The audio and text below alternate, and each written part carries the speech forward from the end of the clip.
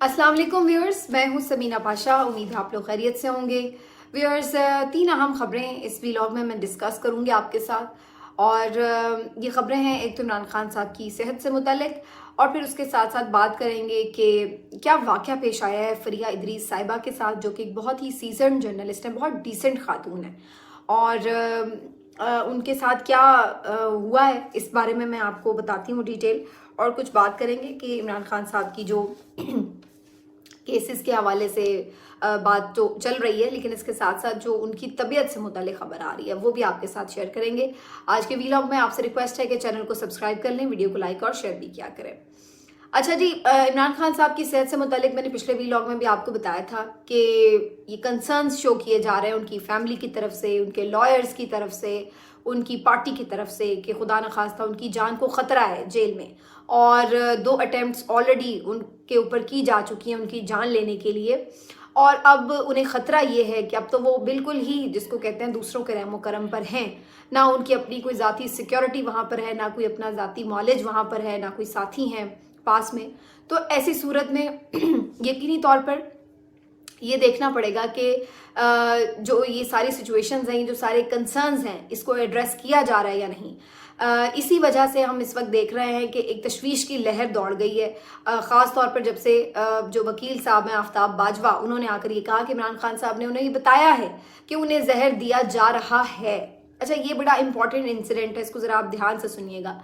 वकील आफ्ताब बाजवा साहब इमरान खान साहब से मुलाकात करते हैं और उसके बाद वो आकर मीडिया टॉक में बताते हैं कि इमरान खान साहब ने उन्हें ये कहा है कि उन्हें जहर दिया जा रहा है, और वो ऐसा महसूस कर रहे हैं कि उन्हें जहर दिया जा रहा है। ये बात उन्होंने बड़े कॉन्फिडेंटली आके मीडिया के सामने कही और उस पर बड़ा एहतजाज भी रिकॉर्ड कराया। और उसके बाद फिर हमने देखा कि ओवरऑल ये एक ज़ाहिर हाइप क्रिएट हुई थी इस पूरे मामले की। रात गए उनकी एक और वीडियो जारी होती है जिसके अंदर वो काफ़ी घबराए हुए महसूस होते हैं। और मुझे तो कुछ ऐसा भी लगा कि उनकी जो मूछें हैं उनमें भी कुछ उतार चढ़ाव था। जो पहले आप उनकी दिन की वीडियो देखें उसमें मूछों का स्टाइल और उनकी एक प्रॉपर मतलब शेप नज़र आ रही है, लेकिन जो रात वाली वीडियो है उसमें वो कुछ बेतरतीब सी नज़र आ रही हैं। हो सकता है ये महज वहम ही हो, ये मेरी ऑब्जर्वेशन में आया, लेकिन ये अलबत्ता उनके जो बॉडी लैंग्वेज थी उससे बड़ा ऑब्वियस था कि वो कुछ घबराए हुए थे। जबकि जो दोपहर वाली वीडियो थी उसमें वो काफ़ी कॉन्फिडेंट नज़र आ रहे थे।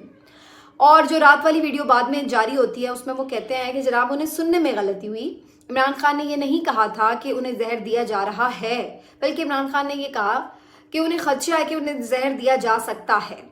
अच्छा, ये बात तो वैसे अपनी जगह दुरुस्त है कि इमरान खान ये खदशा बार बार जाहिर कर रहे हैं कि उन्हें जहर दिया जा सकता है, लेकिन ये बात अभी तक कहीं से भी उनकी लॉयर्स की तरफ से या उनकी फैमिली की तरफ से ये नहीं कहा गया कि उन्हें जहर दिया गया है, बल्कि यही कहा जा रहा था कि दिया जा सकता है, उन्हें इस बात का खदशा है।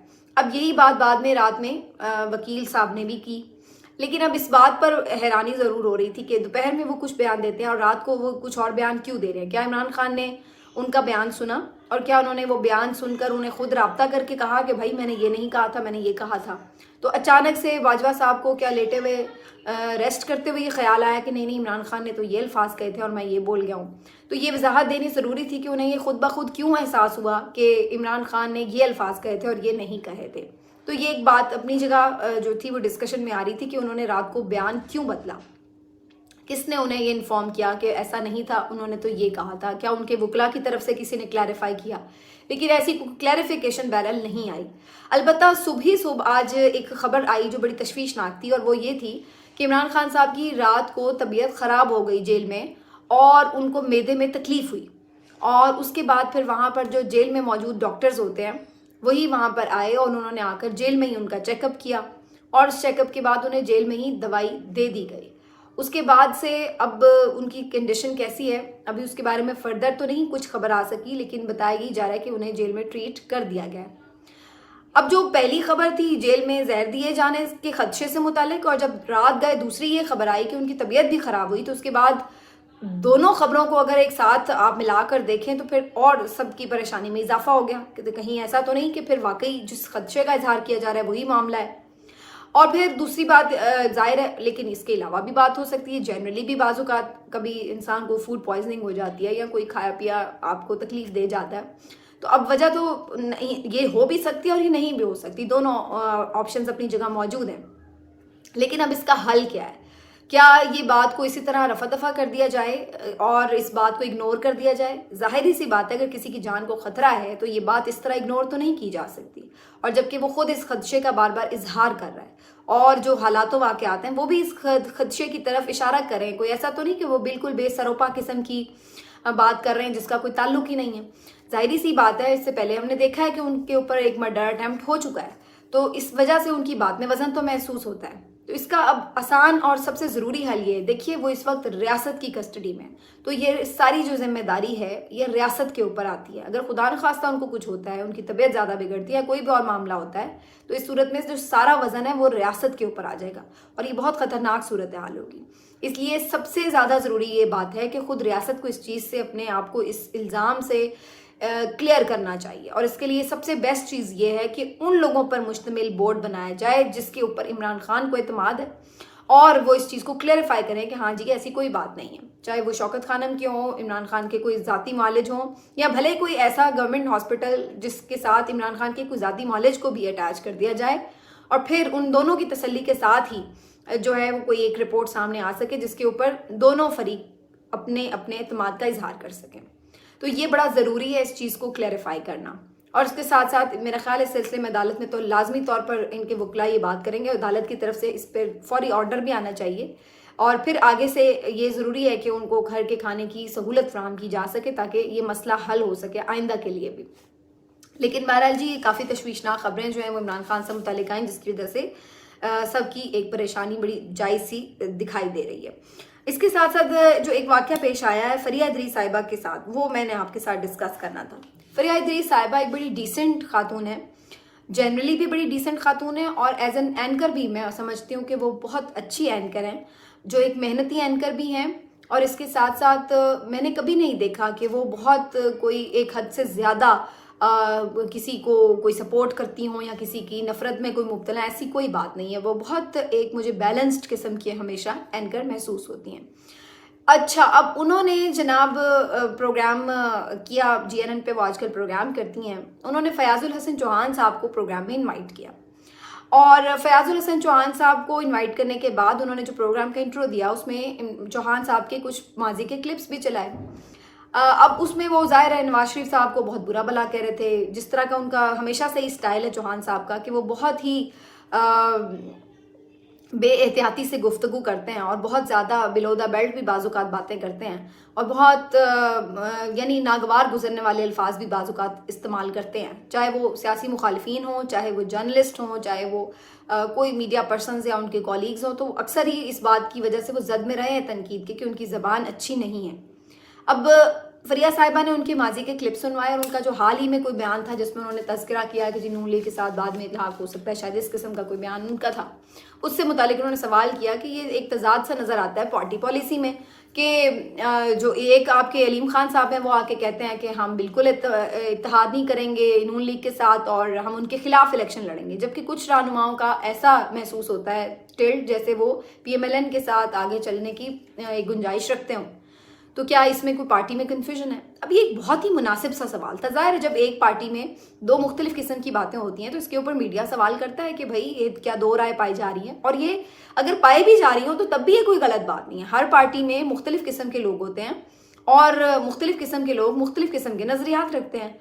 बहुत सारे लोग PTI में एक ग्रुप कहता था कि भाई बड़े वो थे जिसको कहते हैं आपके एग्रेसिव थे और बहुत स्ट्रिक्ट पॉलिसी रखना चाहते थे, कुछ लोग मुफाहमत की बात करते थे।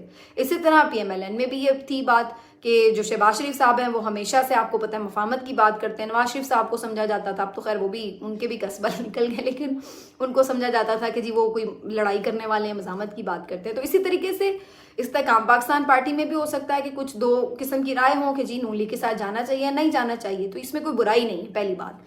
दूसरी बात यह कि अगर कोई राय है और आपसे इस पर सवाल पूछा जा रहा है कि भाई फिर आखिर इस पे कौन कहाँ खड़ा है, तो इसमें कोई ये सवाल भी कोई ऐसा बदतमीज़ाना या गुस्से वाला दिलाने वाला सवाल नहीं था, इश्तियार अंगेज नहीं था। लेकिन फयाजुल हसन चौहान साहब ने जवाबन फरिया इदरीस साहिबा के साथ बहुत बदतमीज़ी की। ना सिर्फ ये कि उन्होंने उनके ऊपर अजीबोगरीब इल्ज़ामात लगाने शुरू कर दिए कि जनाब आपकी ख्वाहिश हो सकती है कि ये दो राय हों, ये पार्टी तकसीम हो, भाई उनकी इस सवाल से कौन सी ख्वाहिश का इजहार हो गया? वो तो एक सिंपल सा सवाल पूछ रही हैं कि क्या पार्टी में दो राय एग्जिस्ट करती हैं। उस पर वो जनाब शुरू हो गए कि जी आपकी ये ख्वाहिश हो सकती है, और आप जैसे एंकर्स जो आप लोग बाइसनेस का मजाक, आप बोलने नहीं देते, आप आके टोक क्यों रही हैं? और फिर उसके बाद मजीद वो थोड़ा सा घटियापन पे उतरे और आके कहने लगे कि जनाब आप इतनी पार्टी, आपने भी तो इतने चैनल्स में काम किया, आप पैसे की खातिर किसी भी चैनल छोड़ के किसी और चैनल में, यानी इससे ज़्यादा बदतमीज़ाना गुफ्तगू क्या हो सकती है? पहली बात तो ये कि आप एक सियासतदान की पार्टी बदलने में और एक एंकर के चैनल बदलने में फ़र्क होता है। एंकर जो है वो किसी आइडियोलॉजी की वजह से तो नहीं किसी चैनल के साथ काम कर रहा होता, वो अपनी बहुत सारे उसकी हो सकती हैं चीज़ें तय, जाहिर है उसकी आइडियोलॉजी भी हो सकती है, उसकी प्रोफेशनल इमेज भी हो सकता है, उसको टाइम स्लॉट क्या मिल रही है, उसको पैसे कितने मिल रहे हैं, उसके लिए सब चीज़ें इंपॉर्टेंट हैं, उसको कितनी फ्रीडम बात करने की वहाँ मिल रही है। तो हर चीज़ एंकर देख के अपना फैसला करता है, और बहुत सारे एंकर्स बहुत सारे चैनल्स में काम करते हैं। ये कोई ऐसी मायूब बात तो नहीं है, ये नौकरी है। नौकरी आप एक जगह भी कर सकते हैं, किसी दूसरी जगह भी। अगर आप किसी जगह कंफर्टेबल नहीं फील कर रहे तो आप किसी दूसरी जगह जा सकते हैं। अगर कहीं दूसरी जगह आपको बेहतर ऑफर मिल रही है आप तब भी जा सकते हैं, इसमें भी कोई बुराई नहीं है ग्रो करने में। लेकिन इस बात को अजीबो गरीब तरीके से उसका ताना बना देना कि जी आप पैसे की खातिर कुछ भी, तो भाई आप लोगों के ऊपर तो ये सवाल हो सकता है कि भाई कल आप एक नजरिए को सपोर्ट कर रहे थे और अगले ही दिन आप कैसे उस नजरिए के इतने खिलाफ हो गए और दूसरे नजरिए के साथ हो गए। तो आपका जो वादे और दावे होते हैं वो आसमान से कलाबे मिला रहे होते हैं, जमीन और आसमान के। तो हम आपसे इसलिए सवाल करते हैं क्योंकि आपका जॉब नहीं है वो आप अपनी नजरियाती तौर पर एक पार्टी को ज्वाइन करते हैं। लेकिन उससे इस एंकर के ऊपर ये सवाल कर देना है कि जनाब आप उस चैनल पे थे तो अब आप इस चैनल पे क्यों हैं, तो ये बिल्कुल फजूल बात थी और गलत मिसाल थी। और फिर जिस अंदाज से वो बोल रहे थे वो उससे भी ज्यादा गलत था। उंगली के इशारों से यूं यूं करके बात करना, जैसे आप बाकायदा किसी को ह्यूमिलिएट कर रहे हैं, उसको लड़ाई कर रहे हैं, उसको थ्रेटन कर रहे हैं, ये और भी ज्यादा गलत बात थी। अगर आगे से कोई जवाब उस तरह से दे रहा हो, बदतमीज एंकर हो या कुछ और सिचुएशन हो, तो एक अलग बात है। फरिया तो बहुत बाखलाक किस्म की खातून है, और कभी वो मैं ज़ाती तौर पर भी उनसे मिली हूँ, वो बहुत डिसेंट खातून है, आप यकीन मानिए बहुत ही अखलाक वाली खातून है वो। और बिल्कुल कभी मैंने उनको नहीं देखा कि वो बिलो द बेल्ट बात करें। लेकिन मुझे बहुत ज़ाती तौर पर अफसोस हुआ कि जिस तरीके से फयाजुल हसन चौहान ने इस पूरे प्रोग्राम में उन्होंने जो जिस तरह से बिहेव किया, और ये पहली दफ़ा नहीं है, कई दफ़ा कर चुके हैं, ये मेरे साथ भी बदतमीज़ी कर चुके हैं। मेरे भी एक दफ़ा शो पर आए थे, उस वक्त पीटीआई में ही थे, और उस वक्त भी इन्होंने इसी किस्म की बदतमीज़ी मेरे साथ भी करने की कोशिश की और की भी। खैर मैंने भी उसको प्लेनली जिस तरह से भी हैंडल भी कर लिया। लेकिन जाहिर सी बात है कि ये एक बहुत ही नागवार बात है। ख़वातीन एंकर्स का तो वैसे भी लोग ज़्यादा एहतराम करते हैं, लेकिन बात यहाँ पे मैं तो ख़वातीन और मर्द की करती नहीं हूँ। मैं तो कहती हूँ एहतराम इज़्ज़त हर एक का है, चाहे मर्द भी हो। ये भी मैं नहीं कहती कि जी ख़वातीन है तो इसलिए सिर्फ एहतराम करो, मर्दों का भी उतना ही एहतराम, हर किसी के लिए उसकी इज़्ज़त और एहतराम जो है वो, ये जाहिर सी बात है, इंपॉर्टेंट है। अगर कोई आपको एहतराम दे रहा है तो आप उसके साथ उसी एहतराम में रहते हुए बात करें, इत्तेफाक भी करें, इख्तिलाफ करें। हाँ, अगर कोई बदतमीजी कर रहा है तो फिर एक अलग बात है, फिर आप सोचते हैं कि अब आपने उसको जवाब कैसे देना है। तो ये एक बहुत ही अफसोसनाक वाक़या पेश आया। उसके बाद बहुत सारे लोगों ने इसके ऊपर फरिया के साथ इज़हार यकजहती भी किया, और कुछ लोगों ने तनकीद भी शुरू कर दी कि जनाब फरिया कोई अपने प्रोग्राम्स में ऐसा भी तासुर देती हैं जैसे वो किसी को सपोर्ट कर रही हैं, इस तरह। तो भाई इस वक्त तो हर चैनल ही, सारे चैनल्स, पूरी रियासत एक जमात को सपोर्ट कर रही है, तो फिर ये कौन सी अब बात रह गई है हमारे मुल्क में कि जी ये चैनल किसको सपोर्ट कर रहा है। और ये तो अगर कोई ज़ाती तौर पर अपनी वीलॉग्स में किसी भी ऐसा नुक्ता नज़र रखता है जो किसी पार्टी के नुक्ता नज़र के करीब है, तो इसका मतलब ये तो नहीं कि आपको ये लाइसेंस मिल गया कि आप उसके प्रोग्राम में आके बदतमीज़ी करो। तो ये एक अजीब व गरीब सी सिचुएशन जो हमें नज़र आती है। लेकिन मेरे ख्याल से अब ये वक्त आ गया है कि इस चीज़ को स्ट्रिक्टली एड्रेस किया जाए, कि ये कोई तरीका इसको बना ना लिया जाए। हमारे टॉक शोज़ में ये बहुत ज़्यादा बदतमीज़ी शुरू हो गई है, जिसमें 2-4 लोग ख़ास तौर पर जब आते हैं तो बहुत ज़्यादा बदतमीज़ी करते हैं और चीख चिल्ला के ना सिर्फ टॉक शो का माहौल ख़राब करते हैं, जब बल्कि दूसरों के साथ ज़्यादा उलझते हैं। पीटीआई में भी बिल्कुल ऐसे लोग मौजूद हैं। शहबाज गिल साहब भी बहुत ज़्यादा दूसरों को आके जज करते हैं और बाज़-औक़ात बहुत बिलो द बेल्ट्स बात करते हैं। इसी तरह से अज़मा बुखारी साहबा PMLN में बहुत ज़्यादा बाज़-औक़ात मेरे ख़्याल से गैर संजीदा गुफ्तगू कर जाती हैं। फिर दोस्त आशिक अवान साहबा हों या ये फयाजुल हसन चौहान साहब हों, ये सब बहुत ज़्यादा बड़बोले हैं और ये बहुत ज़्यादा ज़रूरत से ज़्यादा मेरा ख्याल है कि गलत गुफ्तगू करते हैं। तो इन सबको चाहिए कि थोड़ी एहतियात करें। आपकी गुफ्तगू जो है वो बेसिकली आपके अपनी ज़ात का आईनादार होती है। तो आप जब अपनी गलत किस्म की गुफ्तगू से दूसरे के ऊपर बदतमीज़ी कर रहे होते हैं तो उसका कुछ नहीं बिगाड़े होते, आप अपने आप को ही एक्सपोज कर रहे होते हैं। तो मेरी तो जी तमाम इसमें हमदर्दियाँ और पूरी सपोर्ट है फरिया के लिए। और बाकी आप लोग अपना ख्याल रखें, मिलते हैं आपसे अगले वीडियो में। अपना ख्याल रखें, अल्लाह हाफ़िज़।